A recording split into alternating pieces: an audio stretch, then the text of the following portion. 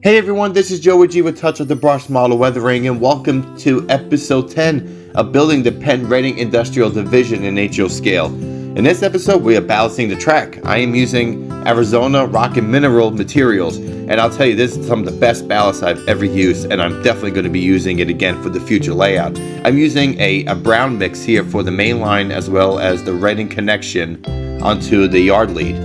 And my technique here is working a little bit at a time, as you can see, in a small section, and I want to get the ballast just up to the ties, just enough. And after that, I use rubbing alcohol, and you can see I'm dousing and covering the entire section with this alcohol. And then I use either scenic cement, or you can use a mix of your glue and water to solidify all of the ballast.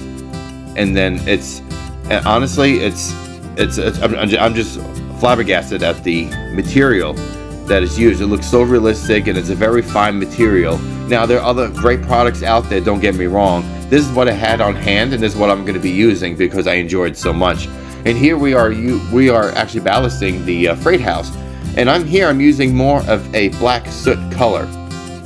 And so this is what you mainly would see in the rail yards back in the 40s and 50s during the steam era.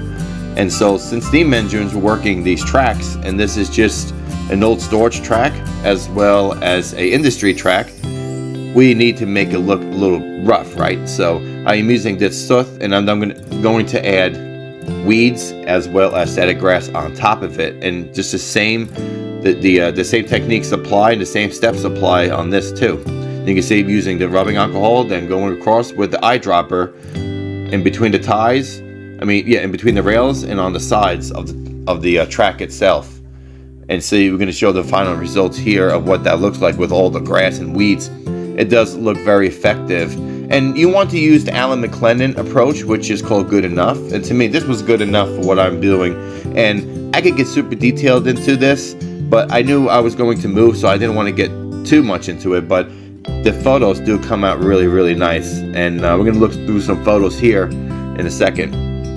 And you can see here, here's one scene with a black soot road with a truck going in and out of the industries. That's pretty much an effective scene. I enjoyed that photo.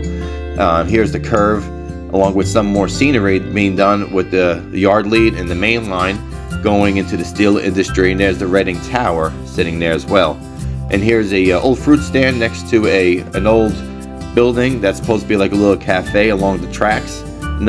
Folks love that photo, and I think it's very effective. So little scenes like that make a big deal on your layout.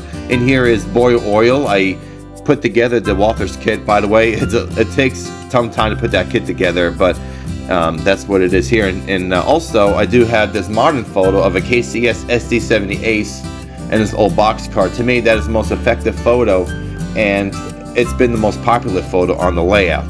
So I am really pleased about that. And here we're going to be showing a Reading local that is switching the yard, and you can see how I would say my techniques have improved into ballasting the yard, because the yard was actually perfect. I wasn't getting any ballast in between the rails or anything like that, and I wasn't. I would say that I would say it was perfectly leveled. Would be probably the best way to put it, and it came out more effective and looked nicer to me in the yard scene. And you can see here, I used some really dark fine for like oil base and grime for the boil oil industry. You can see here we have a steam engine that's pulling a passenger train, so it looks really nice, and I really enjoyed the scenery part of it. It looks really nice here. So guys, I appreciate everything, and you guys follow me on this journey. If you would like to see other videos like this, let me know in the comments below.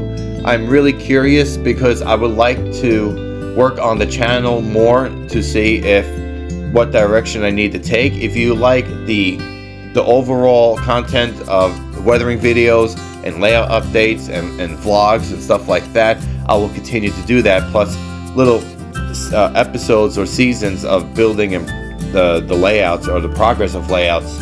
Or if you want me to go more weathering based, just let me know in the comments below. And again, guys, thank you for the support, and I look forward to hearing from you, and follow me on the next journey for the next layout. You guys take care.